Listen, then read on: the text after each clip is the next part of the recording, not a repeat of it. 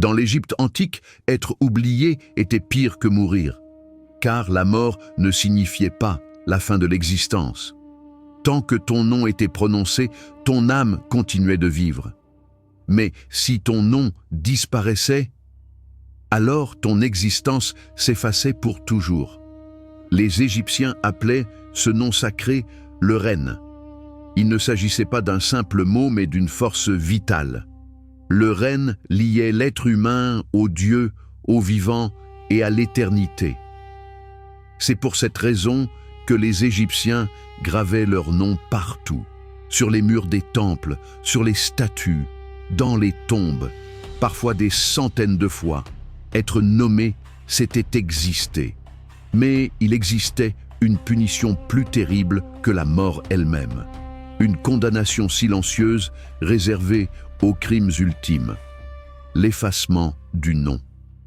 Quand un individu était jugé indigne, son nom était martelé des hiéroglyphes. Les prêtres brisaient les cartouches royaux. Les statues étaient mutilées, leurs visages détruits. Les inscriptions grattées jusqu'à disparaître. Ce rituel n'était pas symbolique, il était spirituel, car sans le Ren, l'âme ne pouvait plus être appelée dans l'au-delà. Le Ka se dissipait, le Ba errait sans refuge, et même le jugement d'Osiris devenait inutile.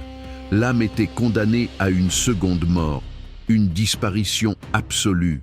Certaines figures historiques semblent avoir subi ce sort. Des pharaons rayés des listes royales, des noms absents des chroniques officielles, des tombeaux retrouvés volontairement détruits de l'intérieur. Était-ce une vengeance politique, un châtiment religieux ou une tentative de supprimer quelqu'un jusque dans l'éternité? Cette peur façonnait toute la société égyptienne. On protégeait son nom comme on protégeait son cœur. On portait des amulettes gravées de son Ren. On récitait son nom dans les prières pour s'assurer qu'il ne s'éteigne jamais. Même les morts dépendaient des vivants. Car tant qu'un descendant prononçait ton nom, ton âme survivait.